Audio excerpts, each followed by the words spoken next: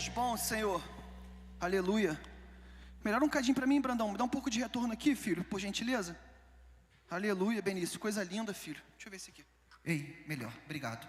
Obrigado, Tatá. Coisa linda, Benício. Deus é nosso testemunho o tempo todo, né, filho? Que Deus continue abençoando você, a sua casa, a sua família preciosa.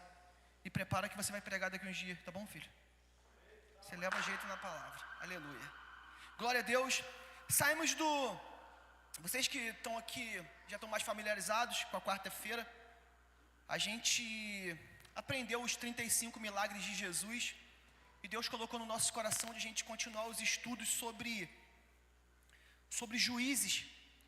E a gente vai viver dias aqui preciosos, falando de juízes, e tenho morado nesse livro aqui. Eu tenho visto a preciosidade, Brandão, desse livro de juízes, de quanto a gente vai aprender com homens e mulheres que encontraram um grande Deus, que não são juízes civis, mas são juízes tribais, entendeu? São juízes que Deus levanta em momentos que Israel está perecendo, no momento que Israel está precisando.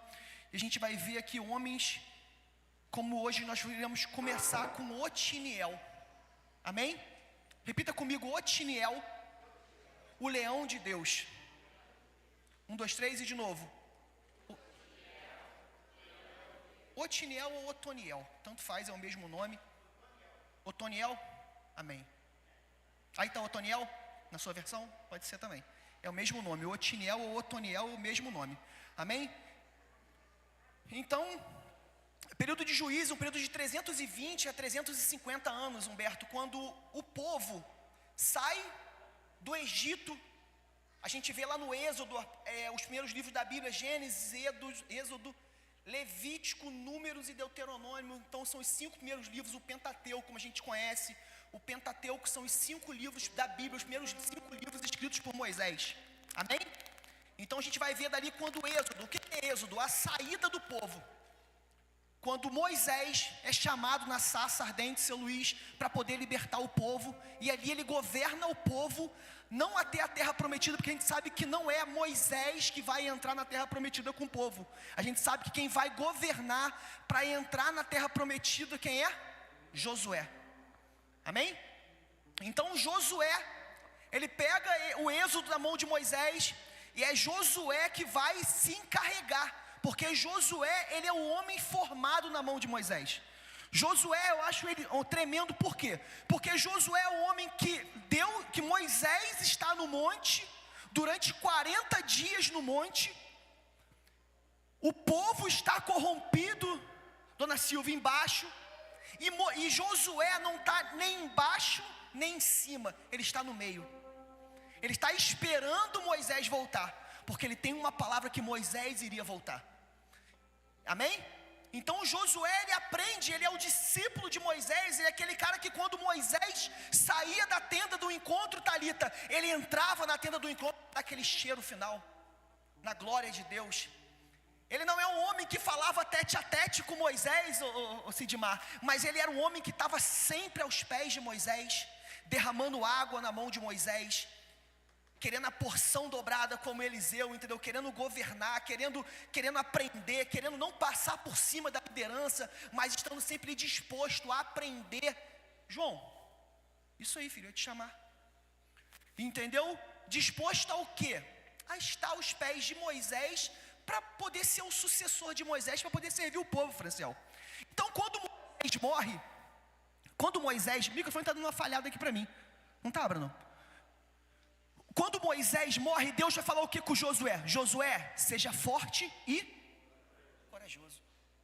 Porque não tem a ver com Moisés, nunca teve a ver com Moisés, tem a ver comigo. Então Josué, eu serei contigo como eu fui com Moisés. Farei os milagres, enfrentarei as guerras do teu lado, serei contigo como eu fui com Moisés. Então tira, Josué, primeiramente, os olhos dos homens e confia em mim, Josué. E é o que Josué vai fazer. E Josué vai governar esse povo, vai liderar esse povo até a terra prometida. E você conhece esse povo, é o mesmo povo que sai do Egito.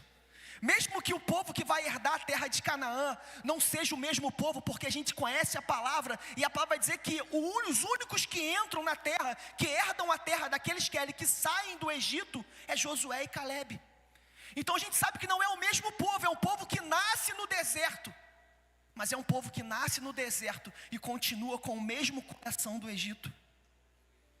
É um povo que nasce no deserto, mesmo sabendo o que os antepassados passaram, mesmo sabendo de casamento dos pais que não deram certo, mesmo sabendo da idolatria na vida dos pais e na vida dos familiares, eles não querem se dobrar a Deus. Eles não são gratos àquilo que Deus já fez. Eles não querem olhar para as coisas e para onde Deus está levando eles e de onde Deus tirou eles, Kelly. Então Josué conhece muito bem esse povo. E quando a gente chega lá no final de Josué, coloca para mim, Joãozinho, Josué 24, a partir do versículo 14.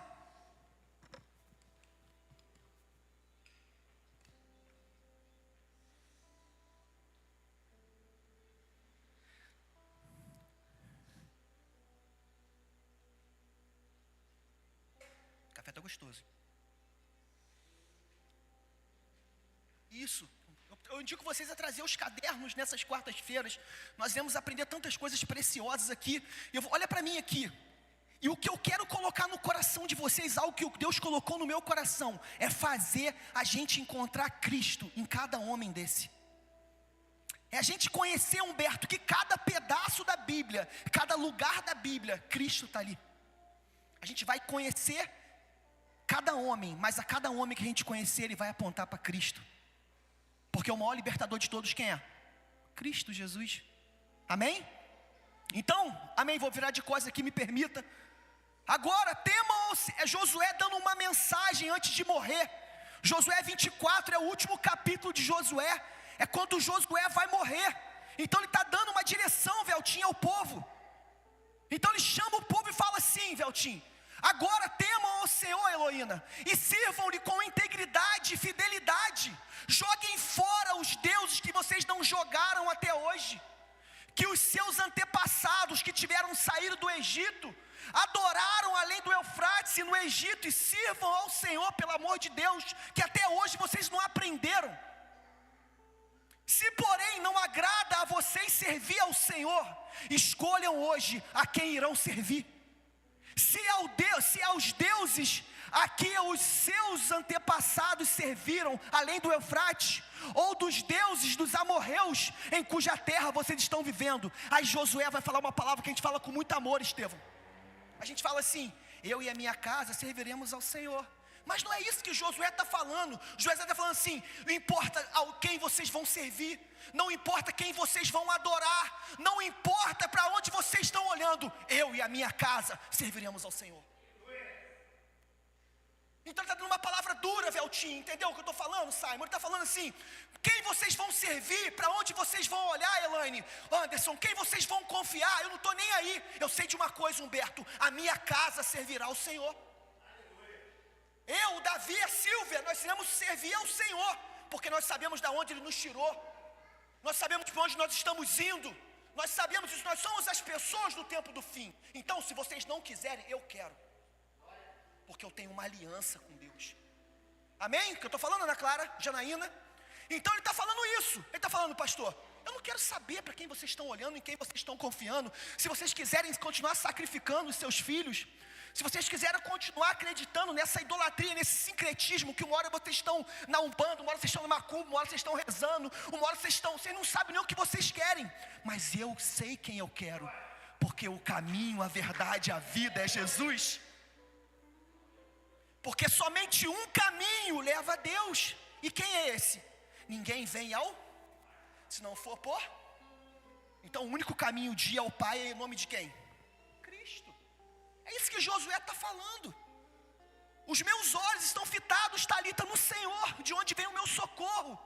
E eu, com muita propriedade, com muita prioridade, já se passaram aqui 80 anos. Desde quando nós fomos tirados com mão forte do Egito. Eu sou a prova das pragas.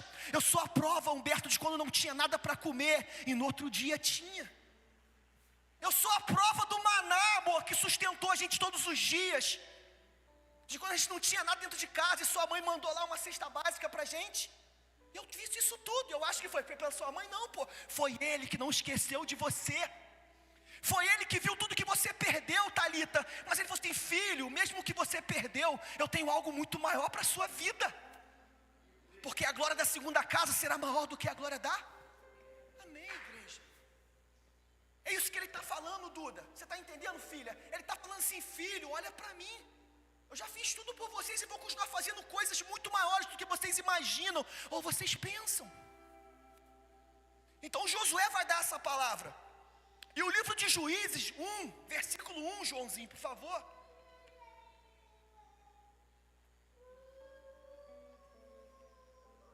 Ô Cherudo, o que foi, filho?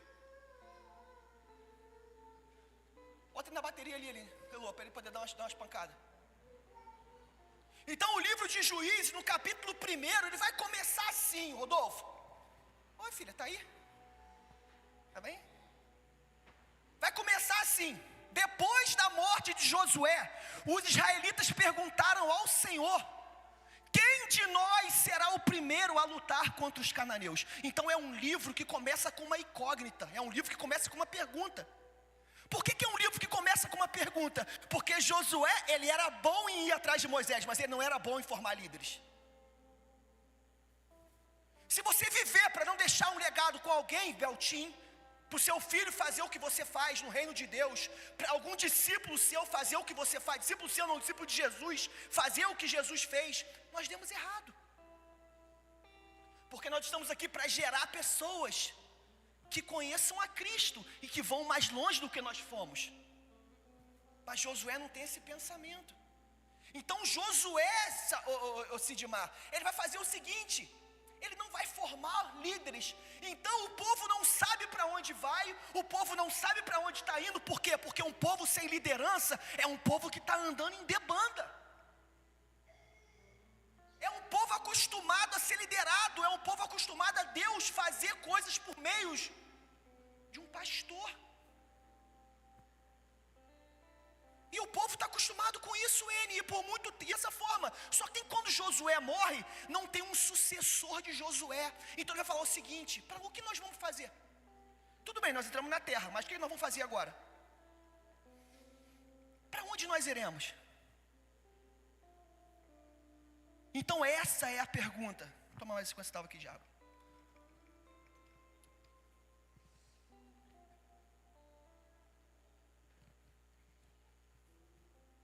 Juízes, capítulo 1, versículo 12. Não, coloca Josué 15, por favor. Versículo 16, antes disso. Então o povo começa a perecer por falta de um líder. O povo começa a não saber para onde vai por causa de um líder. Então o povo começa a acontecer o que, Thalita? A ser açoitado mais uma vez. O povo começa a perecer por mais uma vez, porque a palavra de Deus diz o quê? Quando um justo governa, o povo prospera. Mas quando um ímpio governa, o povo padece. Então o povo sem liderança, o povo começa a acontecer o quê? Começa a sofrer, começa a ser açoitado. Então em Josué no capítulo 15, no 16, 17, então Caleb disse: darei a minha filha Axa por mulher ao homem que atacar e conquistar Kiriat Sefer. O que significa Kiriat Sefer? É uma das cidades que estavam ali. É uma das cidades, Benício, que estavam em Canaã, que ainda estavam ainda com os cananeus ainda ali, em lugar delas. E o que Caleb está falando? Para casar com a minha filha, eu preciso de um homem que conquiste Kiriat Sefer. E o que significa, Brandão? Kiriat Sefer é a cidade do livro. Vou liberar a primeira palavra. Para casar com as nossas filhas, tem que conhecer o livro. Para casar com os nossos filhos, Duda, para casar com os nossos filhos, Davi, acorda, pelo amor de Deus, tem que conhecer o livro. Antonella, para casar com você, filha, tem que conhecer o livro. Porque se não conhecer o livro, papai não deixa casar. Está entendendo, Maria? Eu creio em nome de Jesus, Emily, que Deus vai levantar homens que conheçam o livro para casar com vocês. Porque eu só aprendi, Humberto, a ser um bom marido quando eu conheci o livro. Entendeu, Franciel? O que Caleb está falando? O quê? Eu conheço o que eles fazem com quem não conhece o livro. Eu conheço esse povo, Benício. Eu conheço esse povo, Janaína, que não conhece o livro. E a Kelly falou uma coisa uma vez para mim, no discipulado tremendo, assim, Juninho, quem conhece o livro não come qualquer coisa. Quem conhece o livro não padece. Por quê? O que tem que fazer? Está escrito no livro. Então Caleb, sabendo disso, dona Silvia, ele falou assim, para como início de conversa, nessa terra aqui, eu quero um homem para casar com a minha filha, mas antes de qualquer coisa, precisa conhecer o livro. Entendeu, pastor? E vai apresentar agora para a gente a primeira vez que o nome dele vai aparecer. Pula mais um para mim, por favor, João e Brian. Otiniel, filho de Kenaz, irmão de Caleb, a conquistou. Por isso Caleb lhe deu a sua filha, Axa, por mulher. Então Otiniel bate no peito e fala assim, eu quero conhecer o livro. Porque eu quero ser um bom marido, eu quero ser um bom pai, eu quero ser um bom filho. E o único jeito desse aí, Estevão, é conhecendo o livro. Todos os nossos discipulados, vocês sabem. Sim ou não, Sidmar? Como a gente vai discipular alguém sem conhecer o livro? Como a gente vai consertar alguém, falar de alguém sem conhecer o livro? A gente precisa conhecer o livro. Porque o poder de Deus está no livro, na palavra. E contra a palavra está ali no argumento, porque quando você senta para discipular, mas não sei, peraí, vamos ver o que está escrito aqui. Aí a pessoa não fica nem com raiva de mim, sabe o que eu falo? Fica com raiva do autor do livro. Porque não fui eu que escrevi não, é o que está escrito aqui. E isso muda tudo, pastor. Porque já não é você que está falando, é o livro que está dizendo. Então o Caleb vai dizer, início de conversa, para casar com Axa, tem que conhecer o livro. Então Otiniel vai contra aquele rei, vai contra aquele povo, e Otiniel vai conquistar essa cidade, chamada a cidade do livro, ou a cidade dos livros. E quando ele conquistou, por isso Caleb lhe deu a sua filha, com o nome Axa, repete comigo, Axa. Axa não é um nome judeu, Axa é um nome egípcio. Por que, Juninho, ela nasce no Egito? Não, não nasce no Egito, ela nasce no deserto. Por quê? Porque grandes mulheres nascem no deserto. Grandes mulheres são formadas no deserto, no momento de dificuldade. Grandes pessoas, grandes mulheres não são forjadas quando a despensa está cheia, quando o marido está na igreja firme. Grandes mulheres são formadas com o marido desviado. Grandes mulheres são formadas com maridos com problema. Grandes mulheres são formadas quando os filhos não têm o que comer, ela tem que acordar para botar coisa na mesa. Porque é dessa forma, no deserto, que nascem as Axas. E qual o significado de Axa? Encantadora de serpente, ou seja, a mulher que domina a serpente. Levanta sua mão que eu vou liberar uma palavra, em nome de Jesus. Deus vai levantar nessa casa mulheres dominadoras de serpente. Mulheres que dominam a serpente. Mulheres que têm autoridade sobre a serpente. Sabe por que isso? Vamos lá em Gênesis, porque vocês vão ver o que eu estou falando. Gênesis capítulo 3, versículo 15. Eu quero mostrar algo para vocês. Não desvie o olhar de mim não, porque a pregação é rápida. E é um estudo que a gente está dando aqui.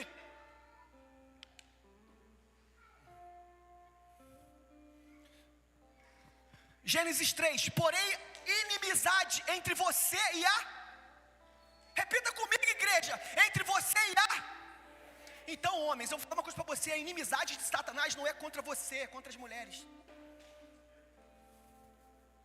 É a Bíblia que está dizendo, Estevão. Quem tem inimizade com a serpente não é o homem, é a mulher. Por isso que a mulher, Estevão, ela olha para você e fala assim, cuidado com essa pessoa, que eu conheço ela vai fazer mal para você. Você pode ver que a maioria das vezes que a tua mulher fala algo com você e você não escuta, isso dá errado. Sim ou não, Benício? Sim ou não, Humberto? Não, lá em casa, se não acontecer só lá em casa, vamos desligar agora lá e vamos embora. E se a minha mulher falar, vai dar ruim, Humberto. Sabe por quê? Porque é ela que tem inimizade com a serpente. É ela, Heloína, que discerne a serpente.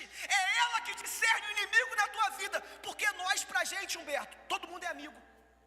Conheci um cara hoje, maravilhoso. Minha mulher falou assim, então onde que você conheceu ele? Mas eu conheci na fila do banco. Vai vir aqui em casa domingo, pra gente poder ver um jogo. A mulher falou assim, você conhece da onde, Juninho?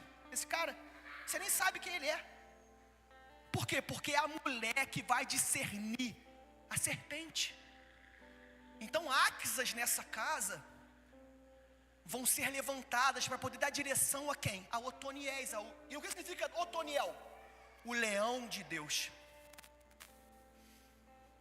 E o leão de Deus, vamos achar Jesus aqui agora. Quem que é o leão de Deus?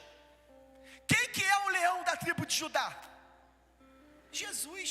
Então não poderia o primeiro libertador, o primeiro primogênito, o primeiro homem de libertação, o primeiro homem que vai contra uma cidade, o primeiro homem que conquista uma cidade, o primeiro homem que resgatou você do império das trevas para o reino do Filho do teu amor, não poderia ser outro se não fosse o leão de Deus. Então o leão de Deus, Otoniel, precisa de quê? De axas do lado, encantadoras de serpente. Porque vocês, tudo que será ligado na terra será ligado no céu, mas em concordância com o casal. E depois lá em casa, como testemunho aqui, eu não falo da minha vida, vocês sabem que eu prego, eu não falo de mim, mas começou a dar certo quando eu comecei a ouvir minha esposa. Sério, Benício, eu comecei a ouvir ela, e eu falei assim, caramba, ela tem razão mesmo, deu ruim. Então isso acabou muitos problemas, Anderson, sim ou não, Leilane? Lá também acontece não, né? Entendeu, Sidmar? Por quê? Porque a mulher, ela fala assim, Sidmar, não bota amortecedor não. E o homem vai lá e bota, Sidmar. A mulher fala assim, pra que esse monte de coisa? Tá entendendo? Por quê? Porque a mulher discerne. Porque quem tem inimizade com a serpente é a mulher. Então homens, Otoniéis de Deus, escutam a esposa de vocês. Eu tenho certeza que tudo em concordância de vocês dois, Deus vai abençoar no céu, Thalita. É assim lá, Thalita, quando ele compra o jogo de videogame, você fala, não compra. Aí no outro mês o cartão não tem dinheiro. Aleluia, Jesus. Deus seja louvado. Então, vamos lá, Juiz 3, a partir do versículo 1. Otoniel vai virar o primeiro juiz.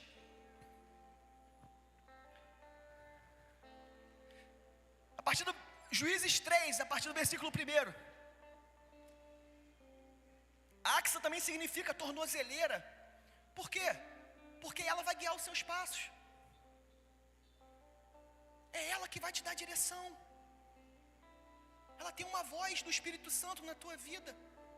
E mulheres, vocês são submissas a uma missão. Porque falar de submissão é difícil pra caramba. Eu submissa, não, é submissa a uma missão. É junto a uma missão. Vamos juntos a essa missão. Então, Juízes 3, 1 e 4, são estas nações que o Senhor deixou. Mas peraí, gente. O Senhor deixou essas nações lá. Porque até então a gente falou que o tempo todo que as nações estavam naquele lugar e não foram derrotadas. Mas se eu disser para vocês que Deus permitiu que essas nações ficassem lá, vamos ler até o 4 para a gente poder ver isso aqui, a gente extrair algo. São estas as nações que o Senhor deixou na terra para pôr à prova todos os dias os israelitas que não tinham visto nenhuma das guerras em Canaã. Fez isso apenas para treinar na guerra os descendentes. Deus não vai te livrar da guerra, Ele vai te livrar na guerra. Se Deus tirar as guerras da sua vida, nem aqui você volta. Por quê? Porque são as guerras que produzem perseverança na tua vida. São as guerras que te aproximam dele. É o que está dizendo aqui. Na guerra, os descendentes de israelitas, pois não tinham tido experiência de combate. As suas guerras na sua vida são para que os seus filhos mais tarde olhem para assim, o meu pai venceu e eu também vou vencer. Passa mais um, vamos até o 4, João. Os 5 governantes dos filisteus, todos os cananeus, os sidônios e os heveus que viviam nos montes do Líbano, desde os montes de Baal-Hermon até Lebo-Ramate,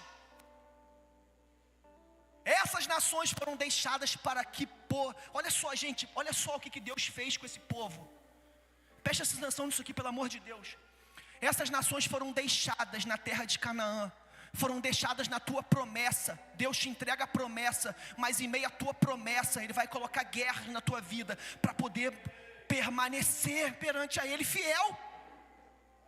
As guerras fazem você lembrar naquilo que você conquistou.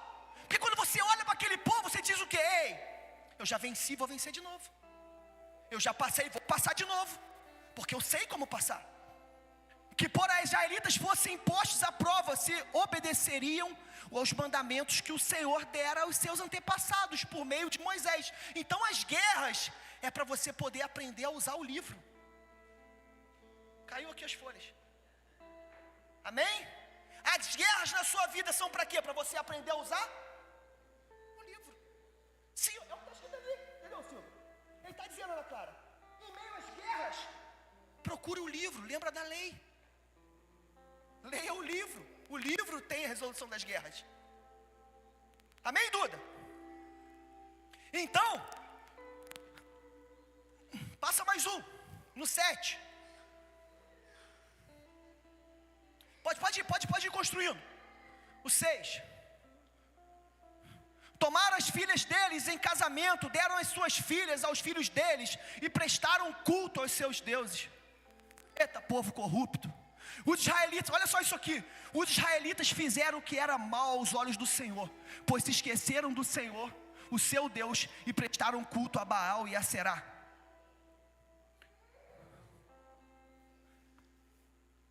A ira do Senhor se acendeu de tal forma contra Israel, que ele os entregou nas mãos de Cuxã-Risataim. Repita, Cuxã-Risataim, o rei da Mesopotâmia, rei de Arã, Naraim, por quem os israelitas foram subjugados durante 8 anos. Então esses 8 anos, Cusã-Risataim sendo oprimindo o povo de Israel.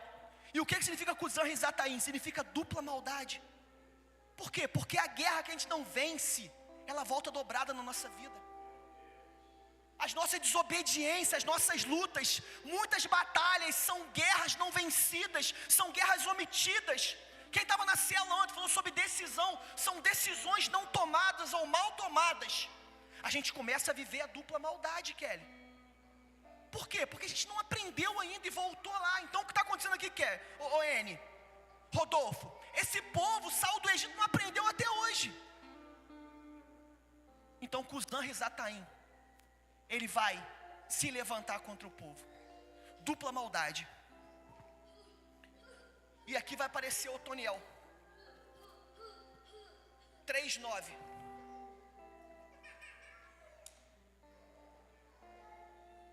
Quando, porém, clamaram ao Senhor, eles levantou um libertador que os salvou.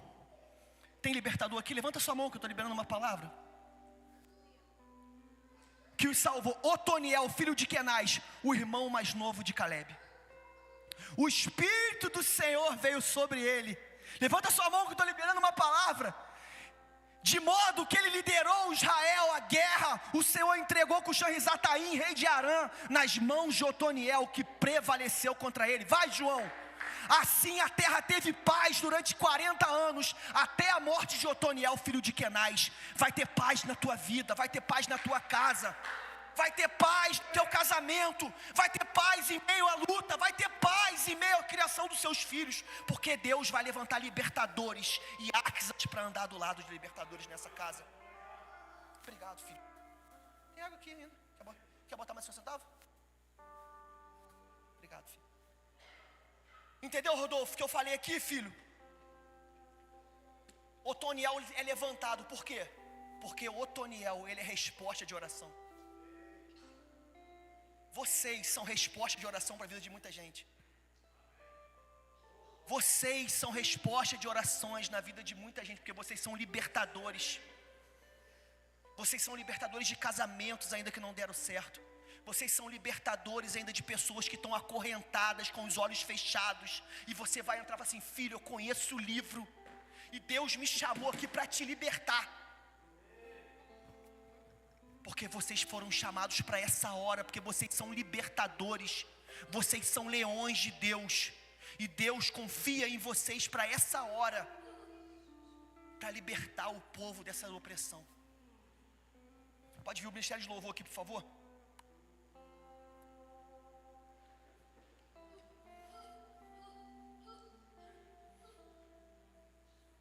E Otoniel vai morrer.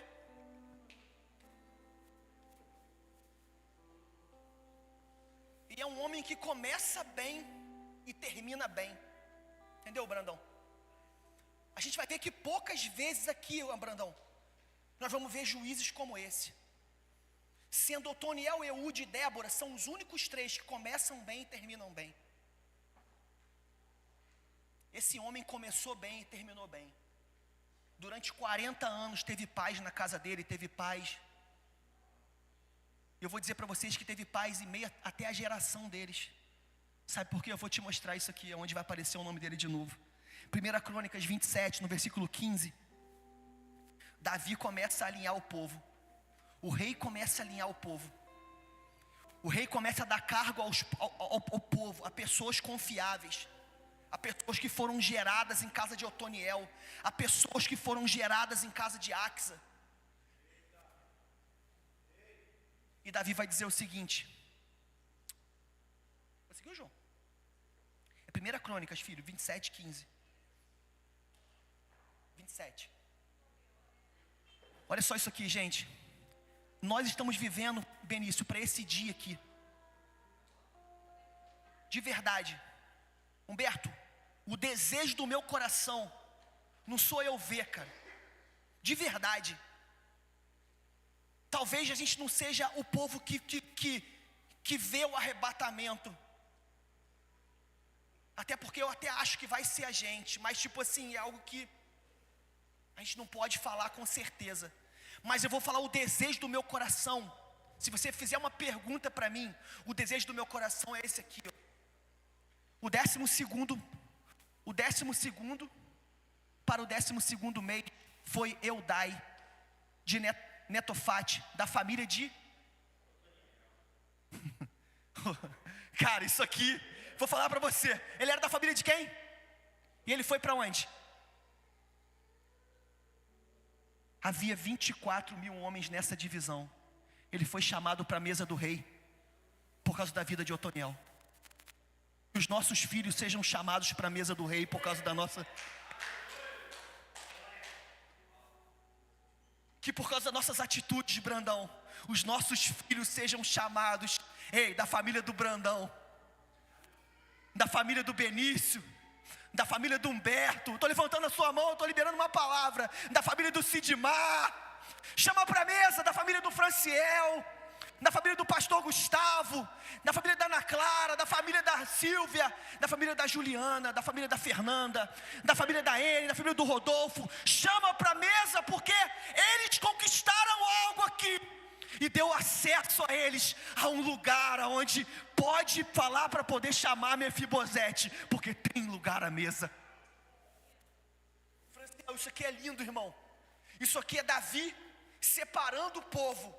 Ele vai falar assim: ei, manda trazer aqueles da família do Franciel, porque o Franciel foi um libertador aqui na terra, e ele conquistou um lugar para a família. Fica de pé, igreja.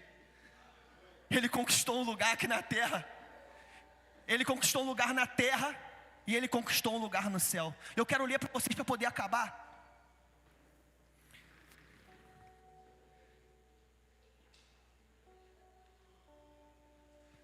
Coloca para mim, por favor, Josué no capítulo 15, a partir do versículo 18.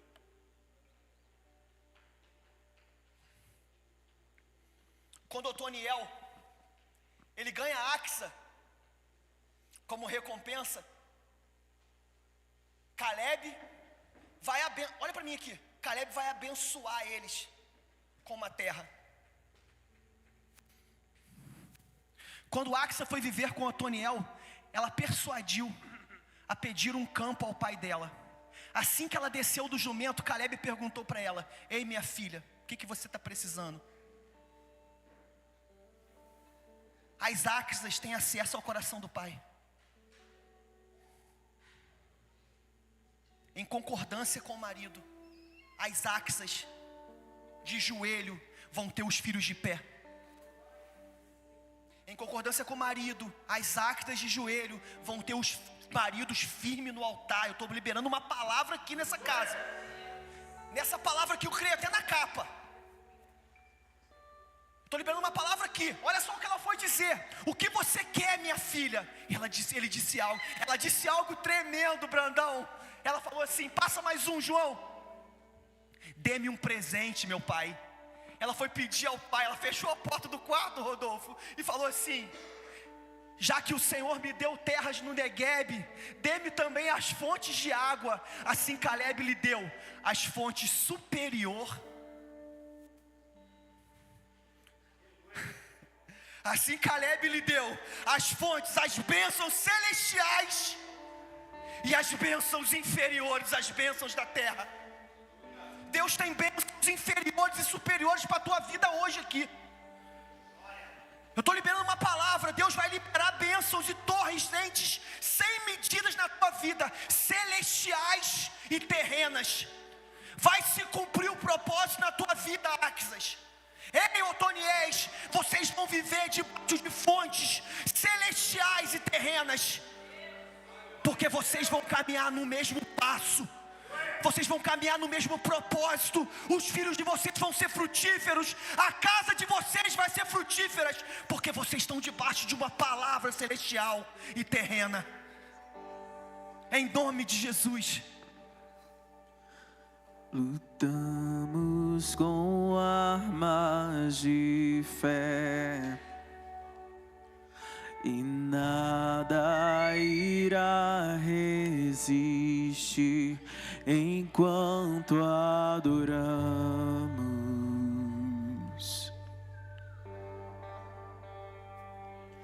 Em meio às tribulações, o nosso Deus é vencedor, nós o adoramos.